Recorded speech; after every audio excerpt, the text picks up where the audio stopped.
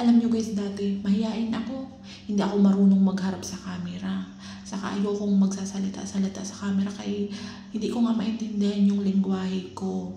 Kung pa-Bicol, pa-Tagalog, pa-Arabic, pa-English, hindi ko talaga maintindihan kaya yung boses ko, yung mga tono ng mga pananalita ko parang iba. Kasi hindi ko na alam kung anong susundin ko. Hindi ko na alam kung anong lengguwahe yung susundin ko, Bicol o Tagalog. Kaya yung tumatagal na ako sa paggagawa ng mga content, yun, sinanay ko na lang yung sarili kong magtatagalog ako. Kahit hindi ako guys tuod, okay lang. Sinasanay ko man yung sarili kong matuod sa pagtatagalog.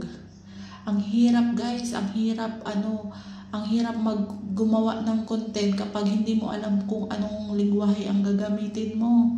Kasi minsan uutal-utal ka, minsan bubulol-bulol ka. Kaya hindi ko alam kung ano talaga yung susundin ko. Kasi laking Bicol kasi ako guys, pero pinanganak ako sa Cavite. Kaya hindi ko na alam kung ano talaga yung lengguwahe ko. Kasi kahit saan ako nakakapuntang lugar, Maynila, nakakapunta rin ako sa iba't ibang bansa. Tapos laki akong Bicol. Oo guys.